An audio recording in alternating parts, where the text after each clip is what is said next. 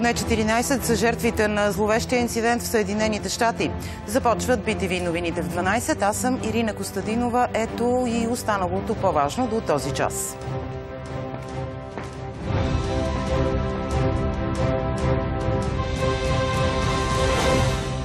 Дейвид Камерън пристига у нас. Очаква се да обсъди с президента и премиера бежанския натиск, сигурността по границите и реформите в Евросъюза. Великобритания нанесе първите си удари по цели на Ислямска държава в Сирия. Парите за социални плащания няма да се замразяват до година, увери министър Ивайло Калфин. Шок в Америка след масовата стрелба в Калифорния. 14 души загинаха при инцидента. Вече е ясна самоличността на двамата нападатели. Те са мъж и жена и вероятно са семейство. И двамата са убити в престрелка с полицията.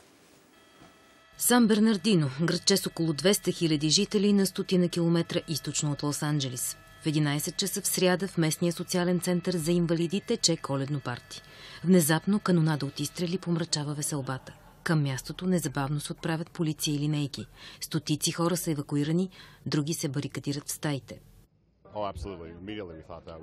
Веднага взехме решение и се барикадирахме под масата. С мен беше детето.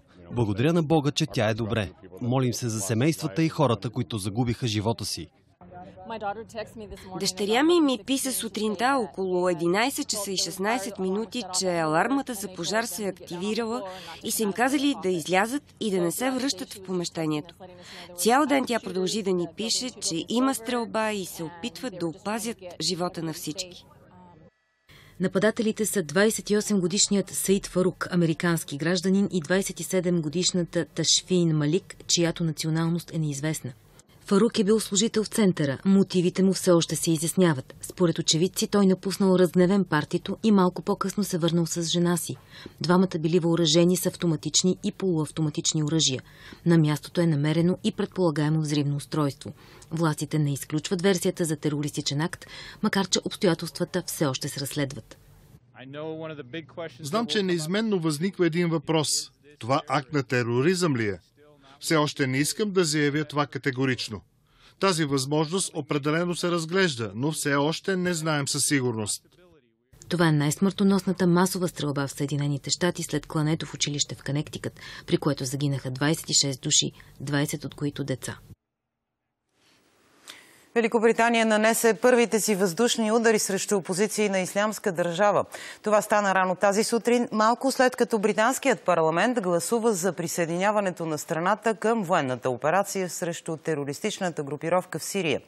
4 изтребителя Торнадо, излетели от базата в Кипър, са нанесли първите въздушни удари в близкоизточната страна, съобщи говорител на Министерството на отбраната в Лондон. По думите му, ударите са били насочени срещу цели в петролното поле в източна Сирия, контролирано от джихадистите. Късно снощи британският парламент одобри започването на въздушна кампания в Сирия. Премиерът Дейвид Камерън коментира в Туитър, че депутатите са взели правилното решение, за да се запази сигурността на Великобритания. Британският премиер Дейвид Камерън пристига днес на посещение у нас. В програмата му са включени разговори с премиера Борисов и президента Плевнелиев, както и посещение в района на границата с Турция. Поради съображения за сигурност, информацията за визитата е твърде оскъдна. Какво все пак да очакваме от посещението на министър-председателя на Великобритания и какви мерки за сигурност се предприемат около пребиваването му у нас, ще разберем от Рада Домусчиева и Полина Ботева. Рада, първо към теб.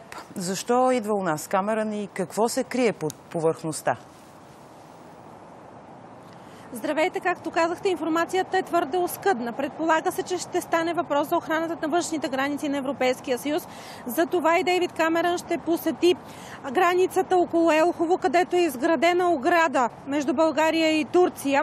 До там той ще лети с хеликоптер от Бургас. Предвижването му на наша територия става основно по въздух. Дори информацията, която в последния момент получихме от наши източници, е, че той първоначално ще кацне още днес в Бургас. Дали това е вярно, едва ли всъщност ще разберем. разберем. Предполага се, че ще се водят разговори с министър-председателя Бойко Борисов и по социални въпроси, по-скоро за привилегиите на българските мигранти на острова. Знаете, има предложение вътрешните имигранти да не получават обезщетения през първите 4 години от пребиваването си на територията на Великобритания. Най-вероятно след началото на снощните удари срещу Ислямска държава ще стане въпрос и за сътрудничество във военната сфера. Припомням ви, че преди 2 седмици в Бургас беше военния кораб Дънкън на Нейно Величество британската кралица. Това е един кораб, който е специализиран в противовъздушна отбрана. Той участва в учения тук на наша територия. През следващата година също предстоят 2 военни учения, в които ще участват британци. Но пак да кажа, началото на снощните удари срещу Ислямска държава в Сирия, които се нанасят от британските самолети Торнадо, все повече припомнят и правят аналогия с 2003 година, когато американските самолети използваха базата в Бургас Сарафово за логистична помощ. Там кацаха, ако не си спомняте, там кацаха самолетите цистерни КЦ-10, които зареждаха във въздуха американските изтребители, които бомбардираха тогава Ирак. Посещението в Бургас не е ясно в какво ще се състои, с кого ще се срещне Дейвид Камерън. До сега предполагам, че ще се срещне с кмета на Бургас Димитър Николов.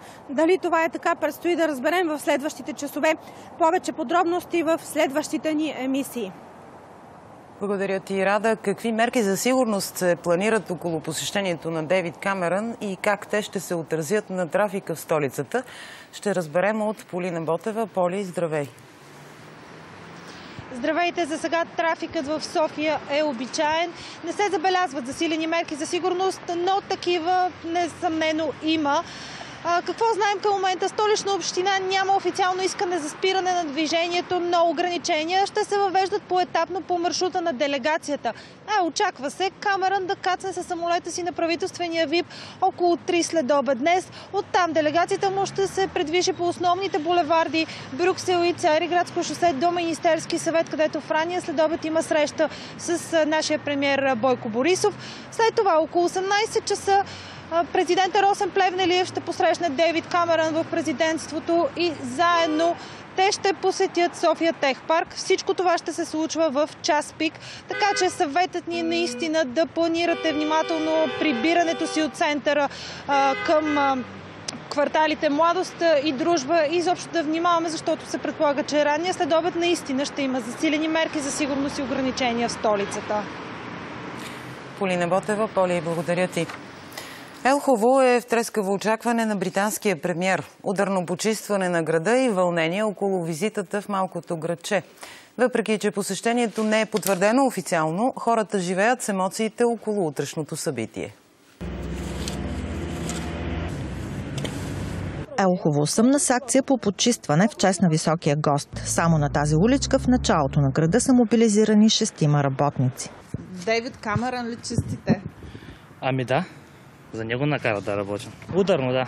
Бойко и Дейвид. Те го казаха по телевизията. Предполагам, ако не от тук, оттам ще мини, защото гранични са нагоре. Пред сградата на гранична полиция също има раздвижване, въпреки че визитата не се коментира официално. Със сигурност мерките за сигурност са засилени при такива посещения. Новината предизвиква противоречиви емоции, от местен патриотизъм до скептицизъм. Една дълбока провинция не вярвам да му хареса много. Център е много хубаво направен, приказен град. На всяка цена ще му хареса. Ние си продължаваме да се изпълняваме всички ежедневни ангажименти, които имаме по чистотата на града, по опазването на обществения ред и нещо по-специално. Информацията за посещението на британския премиер все още не е потвърдена официално. За BTV новините от Елхово, Дания Танасова. По неофициална информация е възможно днес по обед на летище София да кацне собственикът на буса, предизвикал паника с съмнение за взривно вещество на аерогарата. Пряко от летището сега включваме Емил Митев. Добър ден! Здравейте! Буквално преди минути кацна въпросният полет от Брюксел, на който се очаква да бъде собственик на белия автобус, на белия бус, който беше буквално разчастен от българските спецчасти само преди 2 дни. по подозрение, че има бомба на него. Това, което може да кажем, че информацията е непотвърдена и тя все още не е сигурна, но на вратата зад мен се очаква той да излезе всеки момент. Той се очаква също да бъде посрещнат от българските власти, които трябва да го поканят да даде показания. Казвам поканят, защото няма достатъчно причини той да бъде арестуван. След като евентуално той реши да даде своите показания, тогава ще се реши дали той може и трябва да бъде задържан от българските власти. Това е, което знаем за сега. Очаквайте в следващите емисии повече информация. Емил Митев, благодаря ти. Прокуратурата ще оспори оправдателната присъда на бившия заместник-председател на Народното събрание Христо Бисеров. Това заяви пред днешното заседание на Висшия съдебен съвет главният прокурор Сотир Цацаров. Припомням ви, че Бисеров беше оправдан на първа инстанция по обвинения за данъчни и валутни престъпления. По повод изказването на бившия вътрешен министър Цветлин Йовчев, че ако Червей е мегаделото на България, сме бутафорна държава, Цацаров коментира, че всеки има право на мнение. Делото продължава и днес с разпити на свидетели, сред които шефът на Държавната агенция технически операции Цветан Китов. Вие сте с обедните новини на BTV. Ето какво ще видите до края. Продължават да търсят кой е отговорен за инцидента в училище в Разлог, при който футболна врата падна и рани тежко ученик. В най-голяма степен си мисля, че са оставени ученици без конкретно наблюдение по време на учебни занимания. Колко губят транспортните фирми заради километричните опашки на Дунав мост? Напрежение в редиците на Реформаторския блок. Причината – вътрешни спорове да останали на поста си министърът на образованието Тодор Танев. С подробностите включваме Елица Попова. Добър ден, Елица. Добър ден. Интригата е започнала след заседание на председателския съвет на Реформаторския блок и изнесена от там информация, че именно на този председателския съвет се е заговорило за оставката на образователния министър. Радан Кънев каза в кулоарите на парламента, че е разговарял по темата с премиера Бойко Борисов и той му е казал, че реформаторите трябва да направят анализ на работата на своите министри. Това, което можем обаче да кажем е, че се говори, че министър Танев работи трудно със своя екип. Когато ДСБ иска оставки, това се чува много добре в тази държава. Чува се включително и на улицата, ако се налага. Аз съм забелязал, че екипа, който ръководи министерството, има много тежки резерви и това ме тревожи. В процентно отношение един министър остави или 100% или 0. Благодаря. Това, което можем да допълним към тази интрига е, че преди малко Движение на България на гражданите, които са част от Реформаторския блок, казаха, че именно след това заседание на реформаторите, лично Радан Кънев е казал, че ДСБ имат решение да се свали политическата отговорност от министър Танев. Самото Движение България на гражданите следващата седмица ще вземе свое решение по тази тема. Искам само да припомня, че ГЕРБ не подкрепиха образователния министър Тодор Танев за новите учебни планове. И още едно свалено политическо доверие. Този път НФСБ свали своето доверие от Поли Карастоянова, която е председател на културната комисия в парламента. Защото Поли Карастоянова е гласувала не както трябва по закона за акцизите, а именно в частта да се облагат с акцизи по-малките казани за варене на ракия. Елица Попова на живо от Народното събрание. Благодаря ти, Елица. Няма да има замразяване на социалните разходи през 2016 година. Този вид плащания са приоритет в бюджета. Това заяви пред BTV тази сутрин социалният министър Ивайло Калфин. Той уточни, че дефицитите ще се компенсират с 300 милиона лева, които ще дойдат по европейски програми. От близо 2 милиарда увеличение на разходите през следващата година, малко под 400 милиона отиват за социалната сфера, като приоритетите и там, където ще се усети това нещо, е възрастните хора, но и там е основната част, и политиката за децата и детските плащания, особено за семейство до 3 деца. Критично остава състоянието на детето, което беше ранено при вчерашния инцидент в Разлог. Знаете, че желязна врата падна на футболното игрище в двора на училище и едва не уби едното от играещите деца. Лекарите продължават да се борят за живота му. Същевременно продължава и да се изяснява чия е вината за инцидента. Учебният ден започна днес с част на класа и педагогически съвет. Учителите посъветваха децата да бъдат по-внимателни при използването на спортни съоръжения. По време на часа по физическо класът е разделен на две групи. Едната играе в салона, а другата на футболното игрище. Учителят на практика не е могъл постоянно да контролира и двете групи. Без пряк надзор, без конкретно наблюдение от страна на учител по физическо възпитание и спорт и необезопасената врата на спортната площадка, футболна врата на спортната площадка, инцидентът е факт. Кой е виновен според вас? За вина на този етап в най-голяма степен си мисля, че са оставени ученици без конкретно наблюдение по време на учебни занимания. И докато едната футболна врата е здраво закрепена, другата се мести постоянно, разказват децата. А металната обезопасителна връзка липсва. Някои деца, които са лоши, идват тук, които не са от друго училище, идват да драскат по вратите с спреи и ги събарят ги. Не си виждал събора на вратата и друг път? Да, виждал съм много пъти. Даже е преместена на центъра. На центъра на игрището. Тези врати здрави ли са според вас? Вие люлеете ли се на тях? Не. Никога не се въртиме. Освен ония деца, които са непослушни в училището. Директорката ги наказва. Въпреки че в двора на училището в тази площадка влизат не само ученици. След учебния ден и в събота и в неделя тя се използва от местните хора за игра на футбол.